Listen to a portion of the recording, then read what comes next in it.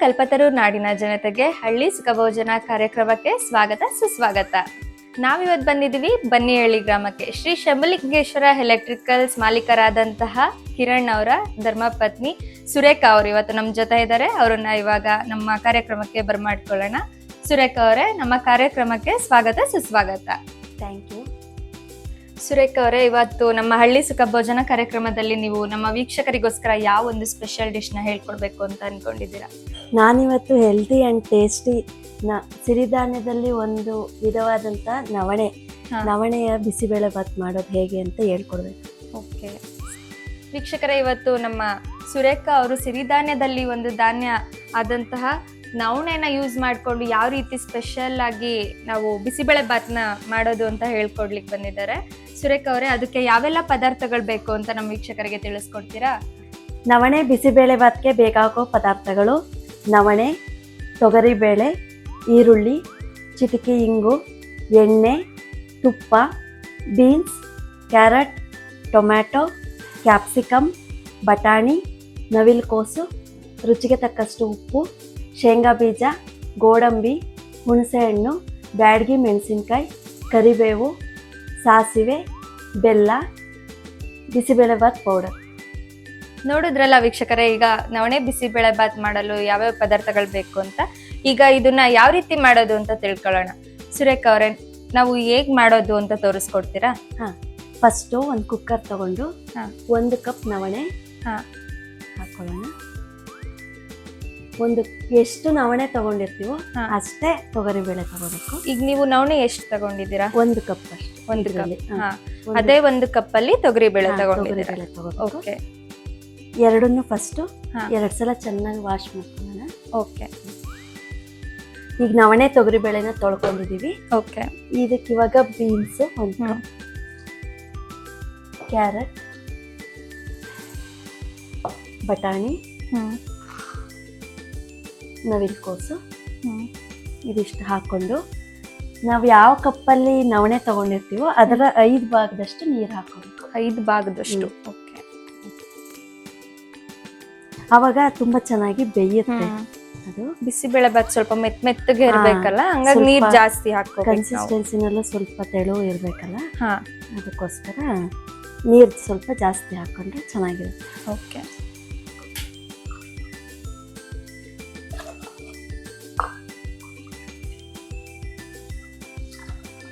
ಐದು ಗ್ಲಾಸ್ ಅಷ್ಟು ಹಾಕಿದೀವಿ.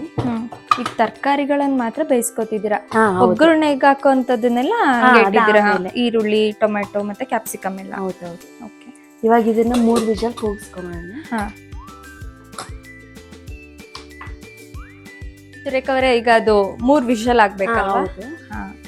ಅಷ್ಟರೊಳಗೆ ನಿಮ್ ಬ್ಯಾಕ್ ಗ್ರೌಂಡ್ ಸ್ವಲ್ಪ ತಿಳ್ಕೊಂಬಂದ್ಬಿಡೋಣ. ನೀವು ಏನ್ ಓದ್ಕೊಂಡಿರೋದು? ನಂದು BCom ಆಗಿದೆ. ಮದ್ವೆ ಆಗಿದ್ದು ಯಾವ ವರ್ಷ?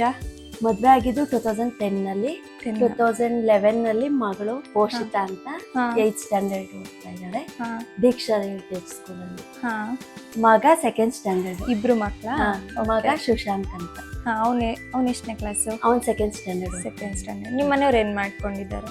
ಅವರು electrical contract, KB Shambhulingeshwara electricals ಅಂತ. TC ವರ್ಕ್ಗಳು ಮತ್ತೆ ಲೇಔಟ್ ಅಲ್ಲಿ ಎಲೆಕ್ಟ್ರಿಕಲ್ ವರ್ಕ್. ಗೌರ್ಮೆಂಟ್ ಇಂದ ಅವರು ಲೈಸೆನ್ಸ್ ತಗೊಂಡ್ ಮಾಡ್ತಿದ್ದಾರೆ. ಓಕೆ. ಎಲೆಕ್ಟ್ರಿಕಲ್ ಎಲ್ಲಾ ಐಟಮ್ಸ್ ನಿಮ್ಮ ಹತ್ರ ಸಿಗುತ್ತೆ? ಎಲೆಕ್ಟ್ರಿಕಲ್ ಐಟಮ್ಸ್ ಎಲ್ಲ ನಮ್ಮ ಅಂಗಡಿನಲ್ಲೇ ಸಿಗುತ್ತೆ. ಮತ್ತೆ KB ಐಟಮ್ಸ್ ಅದು ಎಲ್ಲ ನಮ್ಮ ಅಂಗಡಿನಲ್ಲಿ ಸಿಗುತ್ತೆ. ಎಲ್ಲಿ ಬರುತ್ತೆ ನಿಮ್ಮ ಅಂಗಡಿ? ಅಂಗಡಿ ಬಂದು ಹಾಸನ್ ಸರ್ಕಲ್ SS ಹಾಸ್ಪಿಟ್ಲು ಪಕ್ಕ ಅನ್ನಪೂರ್ಣೇಶ್ವರಿ ಮೆಸ್ ಇದೆ, ಅದ್ರ ಪಕ್ಕದಲ್ಲಿ ಶಂಭುಲಿಂಗೇಶ್ವರ. ನೋಡಿ ವೀಕ್ಷಕರೇ, ನಿಮ್ಗೆ ಯಾವ್ದೇ ರೀತಿ ಎಲೆಕ್ಟ್ರಿಕಲ್ ಐಟಮ್ಸ್ ಬೇಕು ಅಂತಂದ್ರೆ ನಮ್ಮ ಶಂಭುಲಿಂಗೇಶ್ವರ ಎಲೆಕ್ಟ್ರಿಕಲ್ಸ್ಗೆ ಭೇಟಿ ಮಾಡಿದ್ರೆ ನಿಮ್ಗೆ ಎಲ್ಲಾ ರೀತಿ ಐಟಮ್ಸ್ಗಳು ಎಲೆಕ್ಟ್ರಿಕ್ಗೆ ಸಂಬಂಧಪಟ್ಟಿದ್ದು ರಿಯಾಯಿತಿ ದರದಲ್ಲಿ ಸಿಗ್ತವೆ. ನಿಮ್ ಮನೆಯವರು ಏನ್ ಎಜುಕೇಶನ್ ಆಗಿದೆ? ಅವ್ರದ್ದು ಡಿಪ್ಲೊಮಾ ಇಂಜಿನಿಯರಿಂಗ್ ಆಗಿದೆ. ಅದನ್ನ ಮಾಡ್ಕೊಂಡು ನೆಕ್ಸ್ಟ್ ಬಿಸ್ನೆಸ್ ಬಂದಿದ್ದಾರೆ. ನಿಮ್ ತವ್ರ ಮನೆ ಯಾವ್ದು? ನಮ್ದು ಮತ್ತಿಘಟ್ಟ, ಹುಣಸೆಘಟ್ಟದ ಹತ್ರ ಮತ್ತಿಘಟ್ಟ. ನೀವು ಒಬ್ರೇ ಮಗಳ ಅಥವಾ? ಹೌದು, ನಾನು ಒಬ್ಳೆ ಮಗಳು. ಅಪ್ಪನ KB ಕಾಂಟ್ರಾಕ್ಟ್. ಅವರು ಆ ಸೈಡ್ ಎಲ್ಲ KB ವರ್ಕ್ಸ್. ಅವರು ಗವರ್ನಮೆಂಟ್ ಲೈಸೆನ್ಸ್ ತಗೊಂಡಿದ್ದಾರೆ. Licence class 1 contract. ಅವರು ಆ ಕಡೆ ಸುತ್ತೆಲ್ಲ TC ವರ್ಕ್ಗಳು ಎಲ್ಲ ಮಾಡ್ಕೊಂಡಿದ್ದಾರೆ. ಸಿಬ್ಬಸಪ್ಪ ಅಂತ. ಅಲ್ಲಿ ನಿಮ್ ತಾಯಿ ತಂದೆ ಇದ್ದಾರೆ. ತಾಯಿ ತಂದೆ, ಅಮ್ಮ ಪುಷ್ಪ ಅಂತ, ಹ್ಮ್. ಅಪ್ಪ ಸಿದ್ದಬಸಪ್ಪ ಅಂತ. ಇಲ್ಲಿ ಯಾರ್ಯಾರು ಇದ್ದೀರಾ? ಇಲ್ಲಿ ನಾನು, ನಮ್ಮ ಯಜಮಾನ್ರು, ಮಗಳು, ಹ್ಮ್. ಮಗ, ಅತ್ತೆ ಇದೆ. ಅತ್ತೆ. ನಿಮ್ಮ ಅತ್ತೆ ಮನೆಯಲ್ಲೇ ಇರ್ತಾರೆ? ಹೌದು, ಅವರು ಗೌರಮ್ಮ ಅಂತ, ಅವ್ರ ಮನೆಯಲ್ಲಿ ಇರ್ತಾರೆ. ನಾನು ಬೆಳಗ್ಗೆ ಮಕ್ಳನ್ನ ಕರ್ಕೊಂಡು ಅಂಗಡಿ ಹತ್ರ ಹೋಗ್ತೀನಿ. ನಾನು ಅಂಗಡಿನಲ್ಲಿ ಇರ್ತೀನಿ. ನಮ್ಮ ಮನೆಯವರು ಹೊರಗಡೆ ಕಾಂಟ್ರಾಕ್ಟ್ ಕೆಲಸಗಳು ಅದೆಲ್ಲ ಮಾಡಿಸ್ತಾರೆ. ನೀವೇ ಅಂಗಡಿನಲ್ಲಿ ಇರ್ತೀರಾ ಸಂಜೆವರೆಗೂ? ನಿಮ್ಮ ಅತ್ತೆ ಮನೆ ಫುಲ್ ನಿಭಾಯಿಸ್ಕೊಂಡು ಹೋಗ್ತಿದ್ದಾರೆ ಹಂಗಿದ್ರೆ. ಇವಾಗ 3 ವಿಷಲ್ ಆಗಿದೆ. ಗ್ಯಾಸ್ ಸ್ಟವ್ ಆಫ್ ಮಾಡ್ಕೊಳ್ಳೋಣ. ಓಕೆ. ಇವಾಗ ಅದು ಕುಕ್ಕರ್ ವಿಷಲ್ ಕೂಗಿದೆ. ಇವಾಗ ನಾವಿದು ಅದಕ್ಕೆ ಬೇಕಾದಂತ ಸ್ವಲ್ಪ ಒಗ್ಗರಣೆ ಮಾಡ್ಕೊಳ್ಳೋಣ. ಓಕೆ. ಸ್ಟವ್ ಆನ್ ಮಾಡ್ಕೊಳ್ಳೋಣ.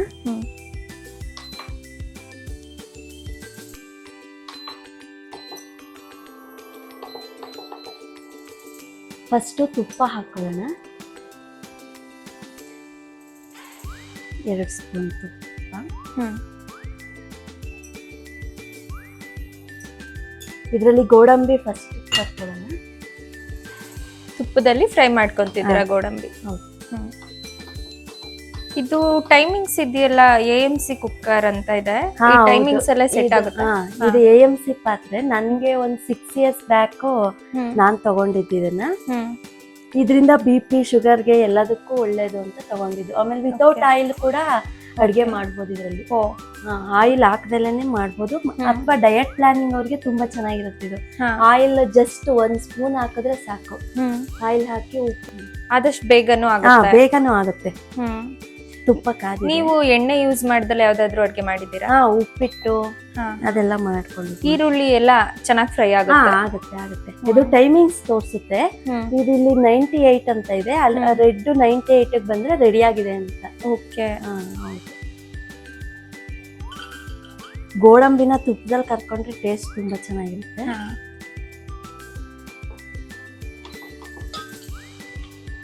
ಇಲ್ಲಿ ಯಾರಿಗೂ ಅಷ್ಟು AMC ಕುಕ್ಕರ್ ಮತ್ತೆ ಪಾತ್ರೆಗಳ ಬಗ್ಗೆ ಗೊತ್ತಿಲ್ಲ. ಗೋಡಂಬಿ ಕರ್ದಾಗಿದೆ. ಇವಾಗ ಒಂದು 3 ಟೇಬಲ್ ಸ್ಪೂನ್ ಆಯಿಲ್ ಹಾಕೊಳ್ಳೋಣ. ಓಕೆ.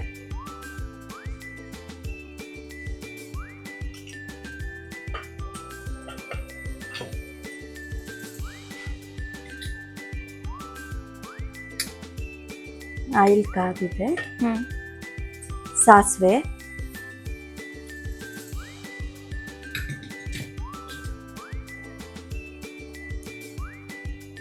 ಕರಿಬೇವು ಹಾಕ್ತೀರಾ? ಕರಿಬೇವು, ಒಂದು ಚಿಟಿಕೆ ಹಿಂಗ್ ಹಾಕೊಳ್ಳೋಣ. ಓಕೆ. ಹಿಂಗು ಕೂಡ ಟೇಸ್ಟ್ ಚೆನ್ನಾಗಿ ಬರುತ್ತೆ. ಬ್ಯಾಡಗಿ ಮೆಣಸಿನ್ಕಾಯಿ. ಬ್ಯಾಡಗಿ ಮೆಣಸಿನ್ಕಾಯಿ ಸ್ವಲ್ಪ ಅದ್ರ ಫ್ಲೇವರ್ ತುಂಬಾ ಚೆನ್ನಾಗಿರುತ್ತೆ. ಹೌದು, ಅದಕ್ಕೆ ಹಾಕೋಣ. ಅದ್ ನೋಡಕ್ ಕೂಡ ಚೆನ್ನಾಗಿರುತ್ತೆ, ರೆಡ್ ಕಲರ್.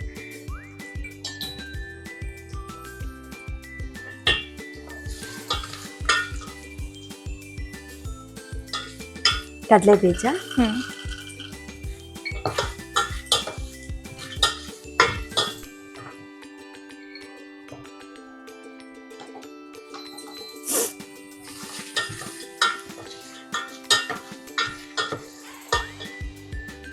ನೀವು ಸಿರಿಧಾನ್ಯಗಳನ್ನ ಮನೆಗಳಲ್ಲಿ ರೆಗ್ಯುಲರ್ ಆಗಿ ಯೂಸ್ ಮಾಡ್ತಿರ್ತೀರಾ? ಮಾಡ್ತಾ ಇರ್ತೀನಿ. ಯಾವ್ಯಾವ ರೀತಿ ಡಿಶ್ಗಳನ್ನ ಮಾಡ್ತೀರಾ ಸಿರಿಧಾನ್ಯ ಉಪಯೋಗಿಸ್ಕೊಂಡು? ಇದರಲ್ಲಿ ನವಣೆನಲ್ಲಿ ಬಿಸಿಬೇಳೆ ಬಾತ್ ಮಾಡ್ತೀನಿ. ಮತ್ತೆ ಅನ್ನಕ್ಕೂ ಸಹ ಇದನ್ನೇ ಯೂಸ್ ಮಾಡ್ತೀನಿ. ನವಣೆ ಜಾಸ್ತಿ ನವಣೆನೇ ಉಪಯೋಗಿಸ್ತೀರಾ? ಸಜ್ಜೆ, ಹಾರ್ಕ. ಸಜ್ಜೆಲ್ಲಿ ಏನ್ ಮಾಡ್ತೀರಾ? ಆನಿಯನ್ ಹಾಕೊಳ್ಳೋಣ.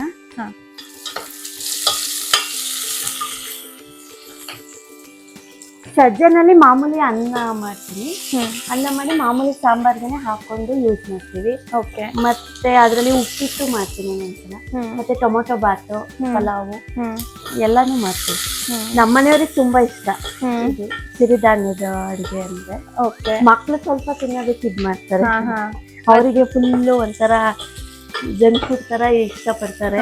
ಅವ್ರಿಗೆ ಅಷ್ಟು ಇಷ್ಟ ಆಗಲ್ಲ. ಟೇಸ್ಟ್ ಸ್ವಲ್ಪ ವೇರಿ ಬರುತ್ತಲ್ಲ, ಹಂಗಾಗಿ ಮಕ್ಳು ಸ್ವಲ್ಪ ಆಕ್ಚುಲಿ ಬರೀ ಅನ್ನಕ್ಕಿಂತ ಈ ಶುಗರ್ ಬಿಪಿಗೆ ಎಲ್ಲ ಕಂಟ್ರೋಲ್ ಮಾಡಕ್ ಸಿರಿಧಾನ್ಯನೇ ಹೆಚ್ಚಾಗಿ ಉಪಯೋಗಿಸ್ಬೇಕು. ಇದು ಬ್ಯಾಡ್ ಕೊಲೆಸ್ಟ್ರಾಲ್ ನ ಅವಾಯ್ಡ್ ಮಾಡುತ್ತೆ. ಹಂಗಾಗಿ ಡಯಟ್ ಪ್ಲಾನ್ ಅವ್ರಿಗೂ ಇದು ತುಂಬಾ ಚೆನ್ನಾಗಿ ಯೂಸ್ ಆಗುತ್ತೆ. ಮತ್ತೆ ಇದು ಹಾರ್ಟ್ಗೆ ತುಂಬಾ ಒಳ್ಳೇದು. ಕ್ಯಾಪ್ಸಿಕಮ್ ಹಾಕೊಳ್ಳೋಣ.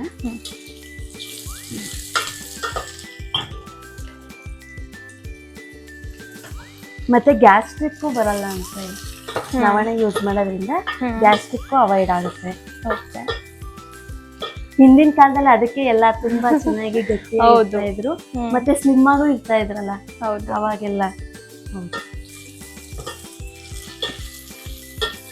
ಈ ಮಾಮೂಲಿ ಅಕ್ಕಿ ತಿನ್ನೋದಕ್ಕಿಂತ ಅದನ್ನ ತಿಂದ್ರೆ, ಇವಾಗ ಡಯಟ್ ಅಂತ ಹೇಳ್ಬಿಟ್ಟು ಎಲ್ಲಾ ಡಾಕ್ಟರ್ಸ್ ಹೇಳ್ತಿರ್ತಾರೆ ವೀಕ್ಷಕರೇ, ಶುಗರ್ ಇರೋರಿಗೆ ಅದು ಅಕ್ಕಿ ಯೂಸ್ ಮಾಡಬೇಡಿ, ಗೋಧಿ ಯೂಸ್ ಮಾಡಿ, ಚಪಾತಿ ತಿನ್ನಿ ಅಂತ ಹೇಳ್ಬಿಟ್ಟು. ಅದ್ರ ಬದಲು ನಾವ್ ಈ ತರ ಸಿರಿಧಾನ್ಯಗಳನ್ನ ಯೂಸ್ ಮಾಡ್ಕೊಂಡು ಎಲ್ಲಾ ರೀತಿ ಅಡ್ಗೆಗಳನ್ನ ಅದ್ ತಿನ್ಬಾರ್ದು ಇದ್ ತಿನ್ಬಾರ್ದು ಅನ್ನೋದಕ್ಕಿಂತ ಈ ಸಿರಿಧಾನ್ಯ ಉಪಯೋಗಿಸ್ಕೊಂಡು ಎಲ್ಲಾ ರೀತಿ ಅಡ್ಗೆಗಳನ್ನ ನಾವು ಮಾಡ್ಕೊಂಡು ತಿನ್ಬೋದು. ಆಮೇಲೆ ಭಯ ಇಲ್ಲದೆ ನಮಗೆ ಹೊಟ್ಟೆ ತುಂಬಾ ತಿನ್ಬೋದು. ಶುಗರ್ ಬರುತ್ತೆ, BP ಬರುತ್ತೆ, ಆತರ ಯಾವ್ದೇ ರೀತಿ ಭಯ ಪಡೋ ಅವಶ್ಯಕತೆ ಇಲ್ಲ.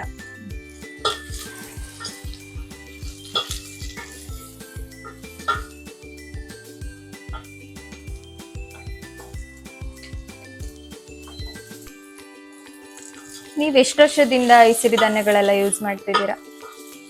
ನಾನು 10-11 ಇಯರ್ಸ್ ಇಂದ 10-11 ಇಯರ್ಸ್.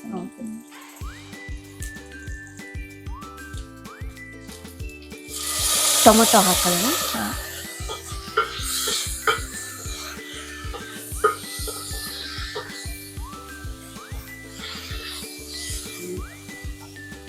ನಾವ್ ಆಕ್ಚುಲಿ ವೈಟ್ ರೈಸ್ ಎಲ್ಲ ಯೂಸ್ ಮಾಡಕ್ ತುಂಬಾ ಕಡಿಮೆ. ಇದು ಸಿರಿಧಾನ್ಯಗಳು ಬಿಟ್ರೆ ಕೆಂಪಕ್ಕಿ, ರೆಡ್ ರೈಸ್ ಆ ತರದ್ದೇ ಯೂಸ್ ಮಾಡೋದು ಜಾಸ್ತಿ.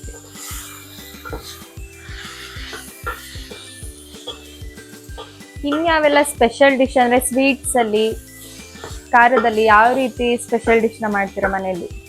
ಸ್ವೀಟ್ಸ್ ಅಲ್ಲಿ ಖರ್ಜೂರದ ಪಾಯಸ ಮಾಡ್ತೀನಿ, ಮತ್ತೆ ಸಬ್ಬಕ್ಕಿ ಪಾಯಸ, ಅದು ತುಂಬಾ ಚೆನ್ನಾಗಿರುತ್ತೆ.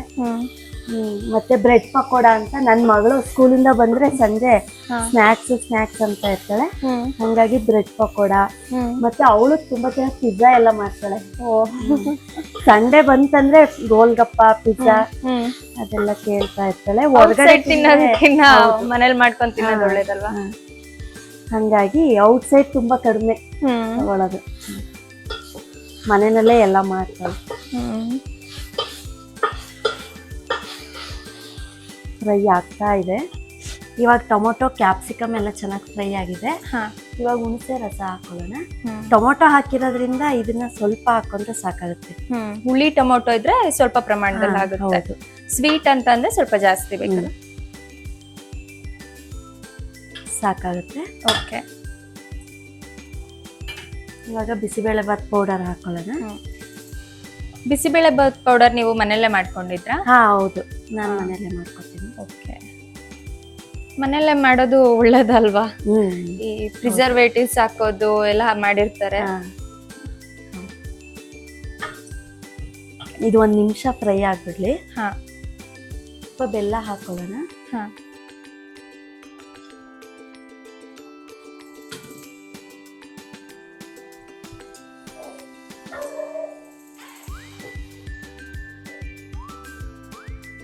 ಇದೆಲ್ಲ ಚೆನ್ನಾಗಿ ಫ್ರೈ ಆದ್ಮೇಲೆ ಆಡ್ ಮಾಡ್ಕೊಳ್ಳೋದಾ? ಹೌದು, ಬೇಯಿಸಿಟ್ಕೊಂಡಿರೋ ಅಂತ ನವಣೆ ಅದನ್ನ ಆಡ್ ಮಾಡ್ಕೊಂಡ್ಬಿಟ್ಟು ರುಚಿಗೆ ತಕ್ಕಷ್ಟು ಉಪ್ಪು ಹಾಕೊಂಡ್ರೆ ನಮ್ಮ ಬಿಸಿಬೇಳೆಬಾತ್ ರೆಡಿ ಆಗಿರುತ್ತೆ. ಸ್ಮೆಲ್ ಕೂಡ ತುಂಬಾ ಚೆನ್ನಾಗಿ ಬರ್ತಿದೆ. ಯಾವಾಗ ಟೇಸ್ಟ್ ಮಾಡ್ತೀನಿ ಅಂತ ಅನ್ನಿಸ್ತಿದೆ. ಇವಾಗ ಇದು ಕುಕ್ಕರ್ ವಿಜಲ್ ಬಿಟ್ಟಿದೆ. ಇದನ್ನ ಇದಕ್ಕೆ ಮಿಕ್ಸ್ ಮಾಡ್ಕೊಳ್ಳೋಣ. ನವಣೆ, ತೊಗರಿಬೇಳೆ, ತರಕಾರಿ ಇದೆಲ್ಲ ಎಷ್ಟು ಚೆನ್ನಾಗಿ ಬಂದಿದೆ. ಮತ್ತೆ ಅರಿಶಿನ ಏನು ಯೂಸ್ ಮಾಡಿಲ್ಲ, ಕಲರ್ ನೋಡಿ ಎಷ್ಟು ಚೆನ್ನಾಗಿ ಬಂದಿದೆ. ಹೌದು,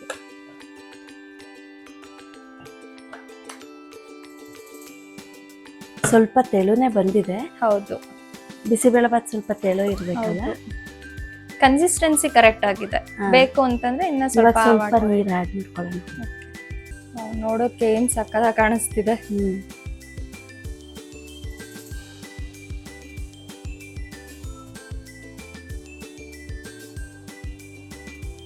ಉಪ್ಪು ಹಾಕೊಂಡೋಣ. ರುಚಿಗೆ ತಕ್ಕಷ್ಟು ಉಪ್ಪು.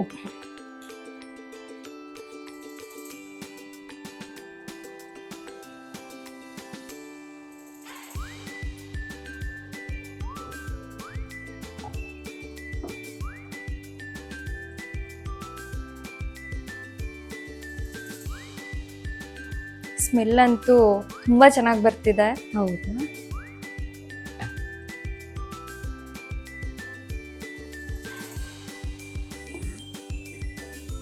ನೋಡೋಕೊಳ್ಳೆ ನುಚ್ಚಕ್ಕಿ ತರ ಕಾಣಿಸುತ್ತೆ, ಬಟ್ ಅದು ನವಣೆ.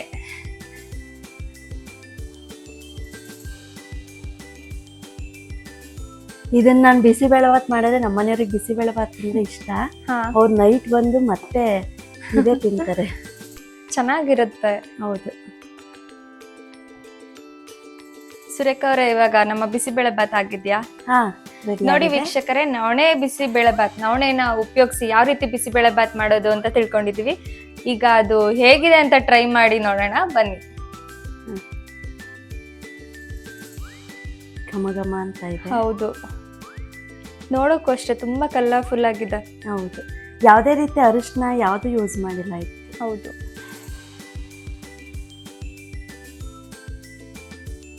ಇದಕ್ಕೆ ಮೇಲೆ ಗೋಡಂಬಿ ಹಾಕೊಳ್ಳೋಣ.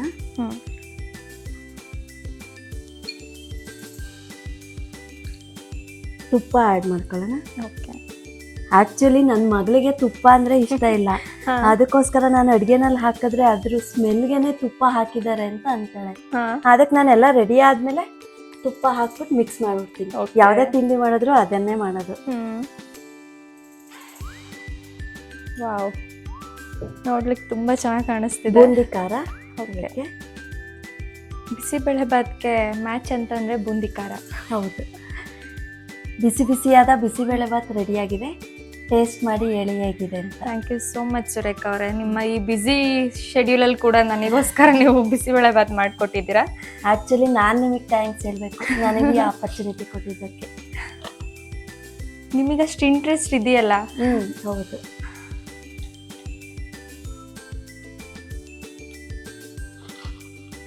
ಬನ್ನಿ ವೀಕ್ಷಕರೇ, ಈಗ ಹೇಗಿದೆ ಬಿಸಿಬೇಳೆಭಾತ್ ಅಂತ ಟ್ರೈ ಮಾಡೋಣ.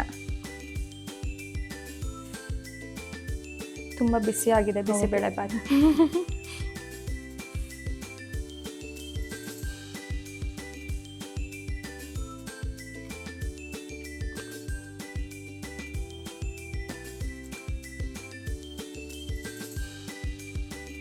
ನಿಜವಾಗ್ಲೂ ಇದು ನೀವು ನವಣೆ ಯೂಸ್ ಮಾಡಿದ್ದೀರಾ ಅನ್ನೋದೇ ಗೊತ್ತಾಗ್ತಿಲ್ಲ. ಹೌದಾ? ಮಾಮೂಲಿ ಅಕ್ಕಿನ ಉಪಯೋಗಿಸಿ ಮಾಡಿರೋ ಥರನೇ ಇದೆ. ಆರೋಗ್ಯಕ್ಕೆ ಒಳ್ಳೆಯದು ಅಂದರೆ ನಾವು ಏನು ಬೇಕಾದ್ರೂ ಮಾಡ್ಬೋದಲ್ವಾ. ತುಂಬ ಚೆನ್ನಾಗಿದೆ. Thank you so much. ಈ ಡಿಶ್ನ ಹೇಳ್ಕೊಟ್ಟಿದ್ದಕ್ಕೆ, ಮಾಡಿಕೊಟ್ಟಿದ್ದಕ್ಕೆ, ಇಷ್ಟು ಪ್ರೀತಿಯಿಂದ ಅಡುಗೆ ಮಾಡಿಕೊಟ್ಟಿರೋದಕ್ಕೆ ನಿಮಗೆ ತುಂಬ ಥ್ಯಾಂಕ್ ಯು.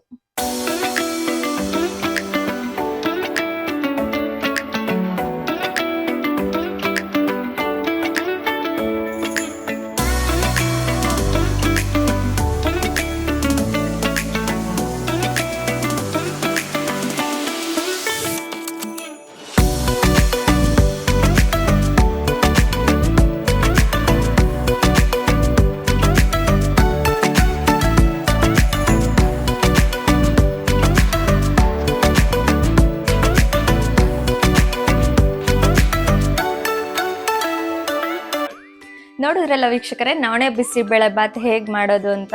ಇನ್ನೊಂದು ಡಿಶ್ ನಮ್ಮ ಸುರೇಖಾ ಅವರು ಏನ್ ಮಾಡಿ ತೋರಿಸ್ತಾರೆ ಅಂತ ತಿಳ್ಕೊಳ್ಳೋಣ ಬನ್ನಿ. ಸುರೇಖಾ ಅವರೇ, ನೆಕ್ಸ್ಟ್ ಸ್ಪೆಷಲ್ ಡಿಶ್ ಏನ್ ಮಾಡಿ ತೋರಿಸ್ತಿದ್ದೀರಾ? ನೆಕ್ಸ್ಟ್ ಖರ್ಜೂರದ ಪಾಯಸ ಮಾಡ್ತೀನಿ. ಖರ್ಜೂರದ ಪಾಯಸ. ವೀಕ್ಷಕರೇ ನೋಡಿದ್ರಲ್ಲ, ನಮ್ಮ ಸುರೇಖಾ ಅವರು ಈಗ ಖರ್ಜೂರದ ಪಾಯಸ ಹೇಗ್ ಮಾಡೋದು ಅಂತ ಹೇಳ್ಕೊಡ್ತಾರಂತೆ. ಅದಕ್ಕೆ ಯಾವೆಲ್ಲ ಪದಾರ್ಥಗಳು ಬೇಕು ಅಂತ ನೋಡ್ಕೊಂಬರೋಣ ಬನ್ನಿ. ಖರ್ಜೂರದ ಪಾಯಸ ಮಾಡಲು ಬೇಕಾಗುವ ಪದಾರ್ಥಗಳು: 200 ಗ್ರಾಮ್ ಅಷ್ಟು ಖರ್ಜೂರ ಬಿಸಿ ನೀರಲ್ಲಿ ಅರ್ಧ ಗಂಟೆ ಮುಂಚೆ ನೆನೆಸಿಟ್ಕೊಂಡಿದ್ದೀನಿ. ತೆಂಗಿನಕಾಯಿ ತುರಿ, ತುಪ್ಪ, 1 ಸ್ಪೂನ್ ಅಷ್ಟು ಅಕ್ಕಿ, ದ್ರಾಕ್ಷಿ, ಗೋಡಂಬಿ.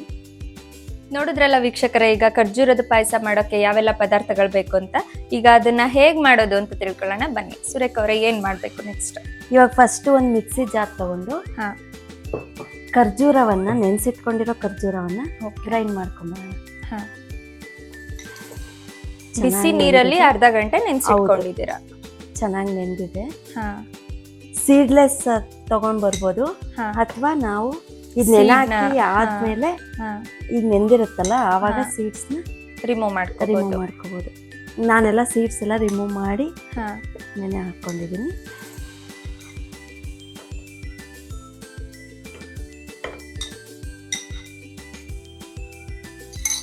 ಈಗ ಅದನ್ನ ಗ್ರೈಂಡ್ ಮಾಡ್ಕೊಬರ್ಬೇಕು. ಇದನ್ನ ಗ್ರೈಂಡ್ ಮಾಡ್ಕೊಂಬರೋಣ.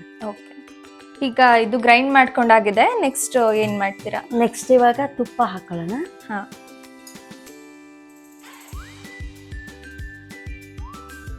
2 table spoon.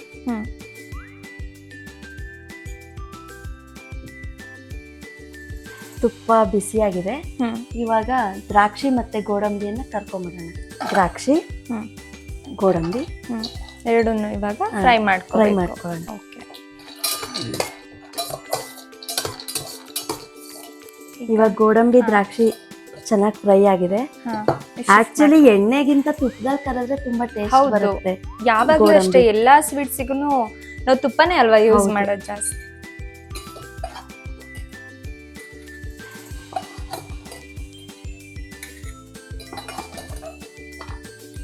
ಇದು ಖರ್ಜೂರದ ಪಾಯಸ ಅನ್ನೋದಕ್ಕಿಂತ ಡ್ರೈ ಫ್ರೂಟ್ಸ್ ಪಾಯಸ ಆಗ್ತಿದೆ ಇವಾಗ.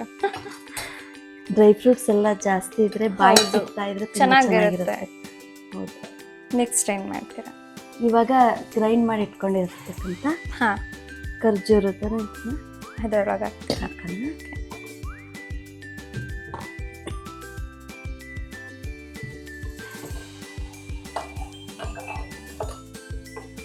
ಇದು ಸ್ವಲ್ಪ ಕುದೀತಾ ಇರ್ಲಿ, ಅಷ್ಟರಲ್ಲಿ ಕಾಯಿ ಹಾಲು ರೆಡಿ ಮಾಡ್ಕೊಳ್ಳೋಣ. ಓಕೆ, ಕಾಯಿನ ಇವಾಗ ನೀವು ರುಬ್ಬಿ ಹಾಲು ಮಾಡ್ಕೊತೀರಾ? ಓಕೆ, ಕಾಯಿನ ಜಾರ್ಗೆ ಹಾಕೊಂಡು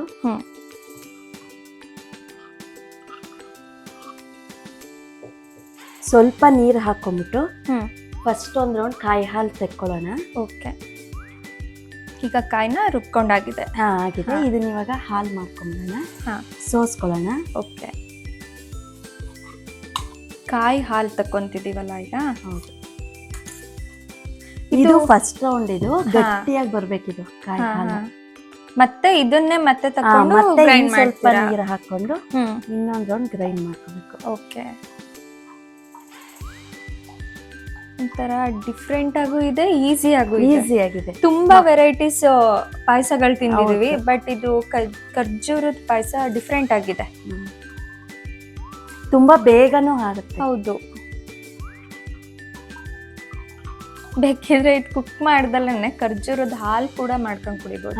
ಹೌದು, ಸೇಮ್ ಆ ಖರ್ಜೂರದ ಪೇಸ್ಟು ಮತ್ತೆ ಇದು ಹಾಲು ಹಾಕೊಂಡು ಮಿಕ್ಸ್ ಮಾಡಿ ಸ್ವಲ್ಪ ತುಪ್ಪ ಹಾಕೊಂಡು ಆಗಿದೆ. ಇವಾಗ ಇದನ್ನ ಮತ್ತೆ ಇನ್ನೊಂದು ರೌಂಡ್ ಗ್ರೈಂಡ್ ಮಾಡ್ಕೊಳ್ಳೋಣ, ಸ್ವಲ್ಪ ನೀರು ಹಾಕೊಂಡು.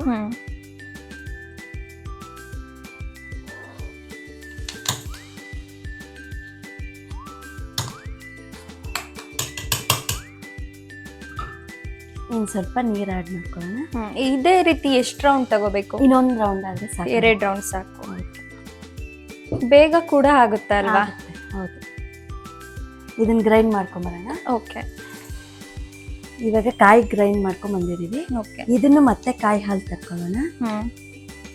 ಇದು ಸೆಕೆಂಡ್ ಟೈಮ್ ಗ್ರೈಂಡ್ ಮಾಡಿರೋದು. ಇದು ಲೈಟಾಗಿ ಕುದೀತಾ ಇದೆ. ಇವಾಗ ಸೆಕೆಂಡ್ ಟೈಮ್ ತಗೊಂಡಿದೀವಲ್ಲ, ಆ ಕಾಯಿ ಹಾಲನ್ನ ಫಸ್ಟ್ ಹಾಕೊಳ್ಳೋಣ. ಫಸ್ಟ್ ಅದನ್ನ ಹಾಕ್ಬೇಕು. ರೀಸನ್ ಏನು? ಅದು ಸ್ವಲ್ಪ ಗಟ್ಟಿಯಾಗಿರುತ್ತೆ, ಕ್ರೀಮಿ ಆಗಿರುತ್ತೆ. ಲಾಸ್ಟ್ ಹಾಕಿದ್ರೆ ಟೇಸ್ಟ್ ಫ್ಲೇವರ್ಗೋಸ್ಕರ ನೀವು ಈ ತರ. ಹಂಗಾಗಿ ಸೆಕೆಂಡ್ ಟೈಮ್ ತೆಗ್ದಿರೋದನ್ನ ಓಕೆ ಫಸ್ಟ್ ಹಾಕೊಳ್ಳೋಣ ಕಾಯಿ ಹಾಲು.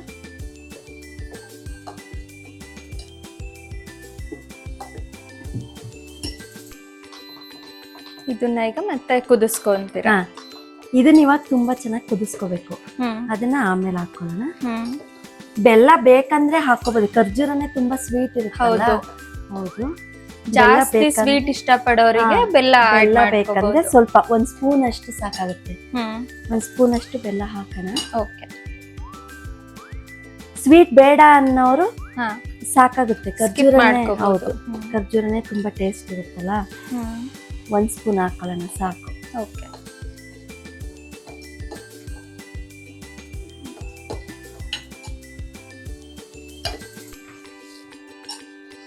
ನಿಮ್ಮ ಸ್ಟಡೀಸ್ ಎಲ್ಲ ಯಾವ ಕಾಲೇಜಲ್ಲಿ ಮುಗಿಸಿದ್ ನೀವು? ನಾನು ಕಲ್ಪತರು ಕಾಲೇಜ್ ಕಿತ್ತೂರು, ಅಲ್ಲೇ BCom ಕಂಪ್ಲೀಟ್ ಮಾಡಿದ್ದೆ.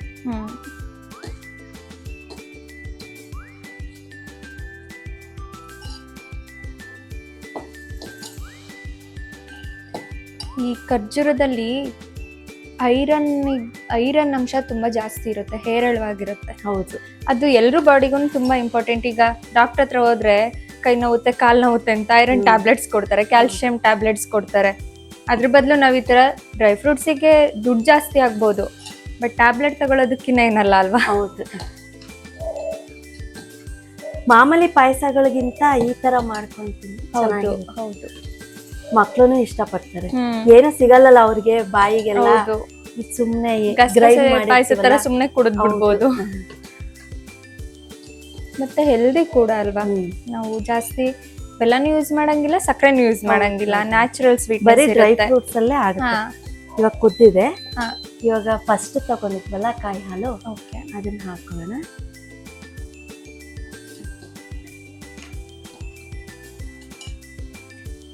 ಕುದಿ ಬಂದ್ಮೇಲೆ ಫಸ್ಟ್ ತಗೊಂಡಿದ್ ಕಾಯಲ್ಲಿ ಗಟ್ಟಿ ಕಾಯಿ ಹಾಲನ್ನ ಮಿಕ್ಸ್ ಮಾಡ್ಕೊಳ್ಳೋಣ. ಇವಾಗ ಜಾಸ್ತಿ ಕುದಿಸ್ಬಾರ್ದು, ಸ್ವಲ್ಪ ಕುದ್ರೆ ಸಾಕಾಗುತ್ತೆ.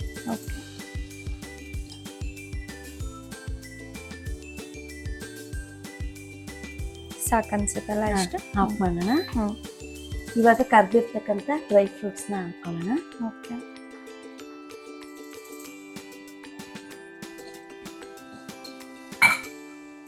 ದೇಹಕ್ಕೆ ತಂಪು ಆಗಿರುತ್ತೆ. ಹೌದು, ಯಾವ್ಯಾವ್ದು ಬೇಕು ಅದ್ ನಮ್ ದೇಹಕ್ಕೆ ಸಿಗುತ್ತೆ. ಇವಾಗ ಪಾಯಸ ರೆಡಿ ಆಗಿದೆ. ಓಕೆ, ಸರ್ವ್ ಮಾಡ್ತೀನಿ. ನೀವ್ ಹೇಳ್ಬೇಕು ಇವಾಗ ಟೇಸ್ಟ್ ಹೇಗಿದೆ. ಖಂಡಿತ ಕಾಯ್ತಾ ಇದ್ದೀನಿ ನಾನು, ಯಾಕೆಂದ್ರೆ ಖರ್ಜೂರದ ಪಾಯಸ ಹಾಲು ಕುಡ್ದಿದ್ದೀನಿ. ಪಾಯಸ ಡಿಫ್ರೆಂಟ್ ಅಲ್ವಾ? ಇದನ್ನ ಗ್ಲಾಸ್ಗೆ ಹಾಕಿ ಈ ತರ ಕೊಟ್ಬಿಟ್ರೆ ಮಕ್ಕಳು ತುಂಬಾ ಇಷ್ಟಪಡ್ತಾರೆ. ಓಕೆ, ಬಿಸಿ ಬಿಸಿಯಾದ ಖರ್ಜೂರದ ಪಾಯಸ ರೆಡಿ ಇದೆ. ನೀವೀಗ ಟೇಸ್ಟ್ ಮಾಡಿ ಹೇಳಿ ಹೇಗಿದೆ ಅಂತ. Thank you so much Surekha ಅವರೇ. ವೀಕ್ಷಕರೇ, ನೋಡಿದ್ರಲ್ಲ, ಇವತ್ತು ನಾವು 2 ರೀತಿಯಾದ ಸೂಪರ್ ಡಿಶಸ್ನ ತಿಳ್ಕೊಂಡಿದ್ದೀವಿ. ಒಂದು ನವಣೆ ಬಿಸಿಬೇಳೆಬಾತ್, ಇನ್ನೊಂದು ಖರ್ಜೂರದ ಪಾಯಸ. ತುಂಬ ಚೆನ್ನಾಗಿತ್ತು ಬಿಸಿಬೇಳೆಬಾತ್ ಅಂತೂ, ನವಣೆ ಬಿಸಿಬೇಳೆಬಾತ್. ಇವಾಗ ನಮ್ಮ ಖರ್ಜೂರದ ಪಾಯಸ ಹೇಗಿದೆ ಅಂತ ನೋಡೋಣ ಬನ್ನಿ.